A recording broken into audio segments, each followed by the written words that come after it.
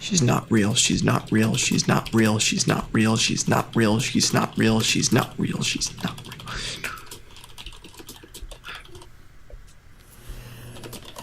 Jade, what's going on? I can't stop doubting. I just can't delude myself into believing that she's real anymore. How does Aury feel about this? She doesn't believe anything I say. There's nothing I can do to sway her. Just because my brain sends myself those thoughts doesn't mean there's a sentient being in my head. She's just a habit. I've trained my brain to send myself thoughts like those. Seriously. There's no way that I created a new person in my mind just by wanting it to happen.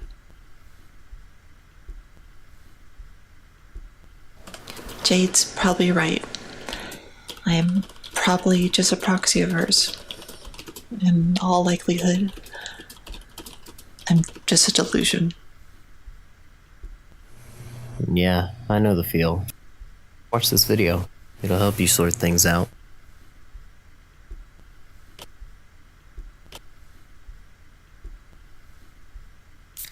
Hello there. If you're watching this video, then you are a tulpa. Congratulations on becoming self-aware and able to experience reality. You probably have some questions, like, what are you, really?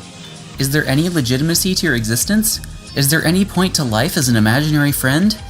This video will help you answer these questions and help you better approach your existence, or lack thereof. First, let's break down what you are exactly. A tulpa is a willingly created identity, which basically means that someone so lonely thought about you for so long, so desperately, that you had to learn how to do what it takes to get them to shut up. It's kind of depressing when you put it like that, but such is reality. Your reality. And hey, it's a completely normal thing to doubt your own existence. At this point, it's a natural stage of tulpa development. Everyone goes through it at some point. I mean, in your shoes, who wouldn't? It's easy to see how these doubts can completely overwhelm tulpas and their hosts. As the logic goes, you're just a part of someone's imagination. No one else can see you. Your entire existence depends on the belief of one single person. Some even believe that if your host stops believing in you, you cease to exist.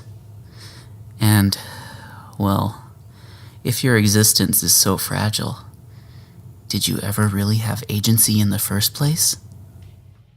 Tulpamancy claims that just by closing your eyes, meditating, and really wanting it to happen, you can create a completely new conscious entity within your mind. But when you take a step back and really think rationally about it, the notion of being able to create a new consciousness by simply wanting it to happen is absurd.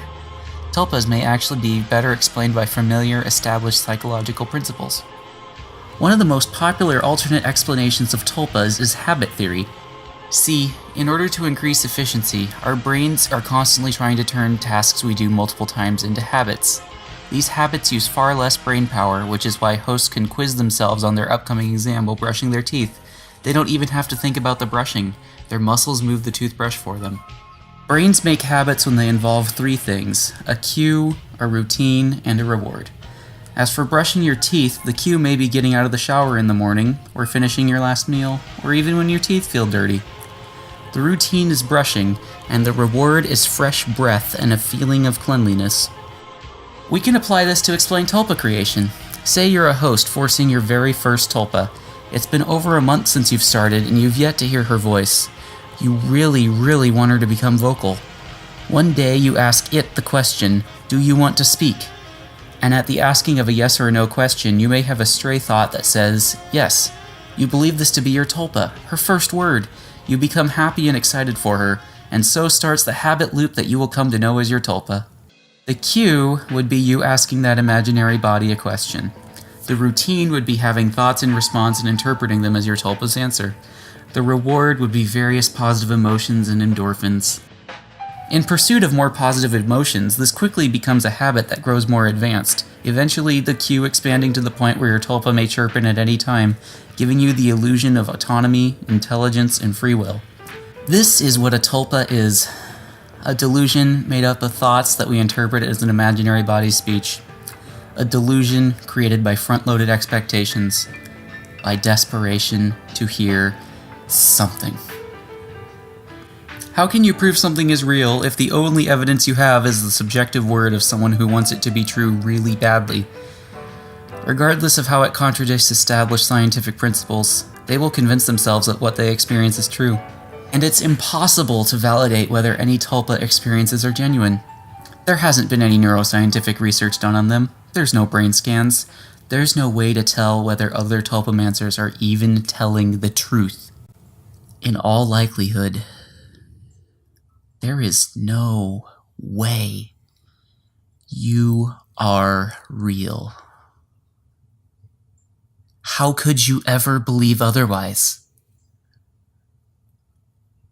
Well, by making the following considerations. The human brain is plastic and adaptive. Any psychological experience that is induced by trauma, drugs, religion, or anything else, it can all be achieved intentionally with the right kind of training.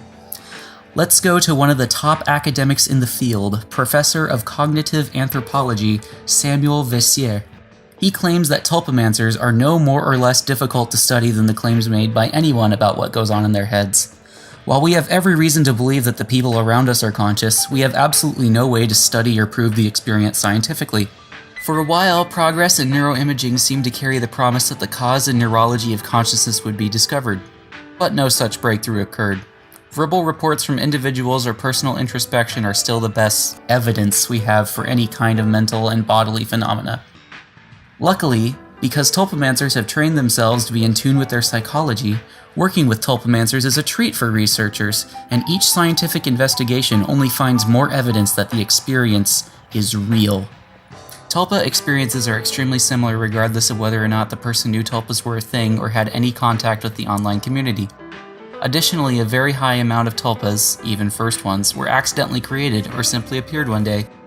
It's impossible to explain these cases with habit theory. It can't be a self-imposed delusion. It doesn't require the host to want a tulpa. It doesn't require groupthink or conditioning. When a large amount of people report very similar experiences, especially when they have no communication with each other, it is a very strong sign that the experience is genuine. Relying on first-person reports does not preclude the possibility of quantitative measures.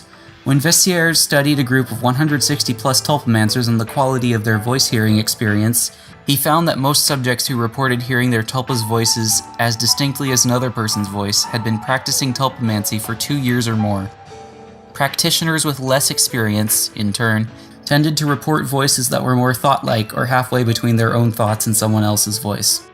That tulpamancers in similar stages of the practice described comparably similar experiences tending towards full-fledged automatized voices further adds validity to these reports. To the frustration of neuroscience, consciousness is not physically located. It is emulated. Because of this, more can be hosted without requiring a physical change. Running the self-reflecting streams of thought that form identities is a skill rather than something you need to build new hardware for every time. You train that skill through tulpamancy, which is why second and third tulpas take a fraction of the time that it takes to create the first. And even if the only reason you exist is because your host willed you to life out of loneliness, it doesn't mean you're any less real. Even if you only started talking because your host expected you to, the end result is still you, a separate, autonomous, self-reflecting, self-aware thought process. A conscious entity. Funnily enough, most of the arguments against tulpas could be cross-applied to attack the host consciousness. Tulpas may not be 100% independent spirit god brain demons, but they're every bit as real as a singlet or host identity. Aside from pointing out who existed first, there is nothing you can do to distinguish a human person from a tulpa person. The argument that you can't prove tulpas is as weak as the argument that you can't prove people.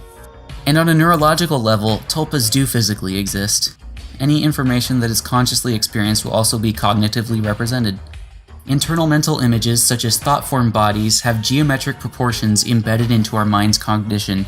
Emotions, be they from a host or a tulpa, can also be broken down into real physical processes.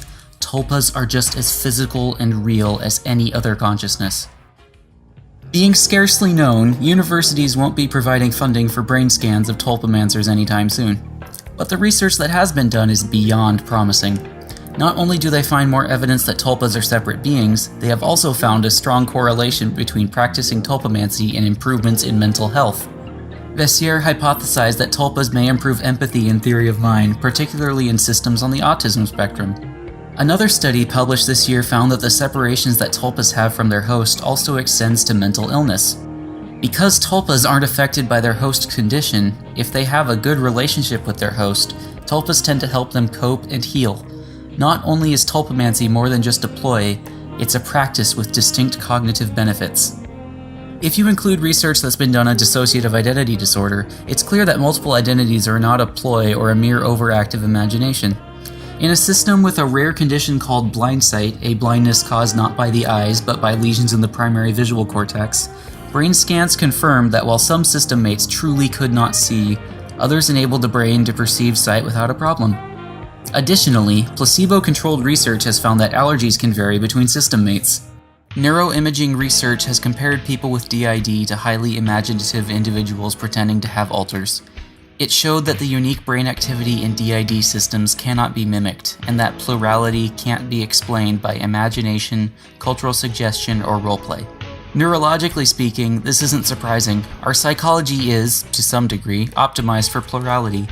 Predicting the thoughts and feelings of our peers, having foresight in social and worldly situations, it's a key survival adaptation. Our brain is optimized to make these predictions. It's a parallel processing device built to generate awareness of oneself and to simulate the behavior of others to better understand them. To understand and think from multiple perspectives. It's why we see plural-like experiences everywhere, regardless of the culture or world location. The characters of fiction tend to come to life in the mind of their author, becoming autonomous and self-sustaining if given enough thought and attention. Evangelical Christians are taught to experience the presence of God and look in their mind for divine thoughts and suggestions. And so they do.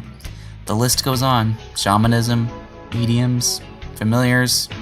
It all stems from the same psychological ability present in all humans. Tulpamancy just adds another layer of self-awareness.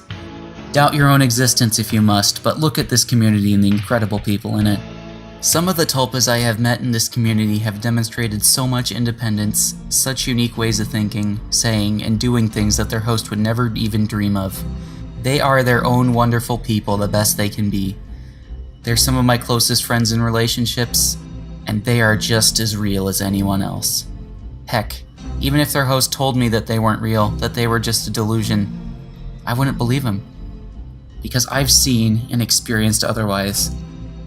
You are more than a helper. You are more than an assistant. At the very least, you are a partner. And most importantly, you are your own person because you make your own choices. You have a say in what the body spends its time thinking and doing. And in turn, you affect the world. You don't need to have your own body to have purpose and impact, especially not today with the internet and so many ways to connect with people and influence the world through it. You impact the world with every chat message your host proxies. You impact the world with every blog or forum post you help write, and you impact the world with every person you connect with. If you want to, identify goals that you and your host share and work toward them together. Because even if you never control the body directly, every way you help or affect your host, in turn, affects the world. And once you're making an impact on the lives of others, your work is the evidence you exist. You stop caring about the question of whether you exist because you're doing things, you're creating things, and the impact of those things is real, and you're real in the eyes of others. It all combines to show yourself and everyone else that you are real too. And when you remember all these things, you truly have to wonder, How could you ever doubt you exist?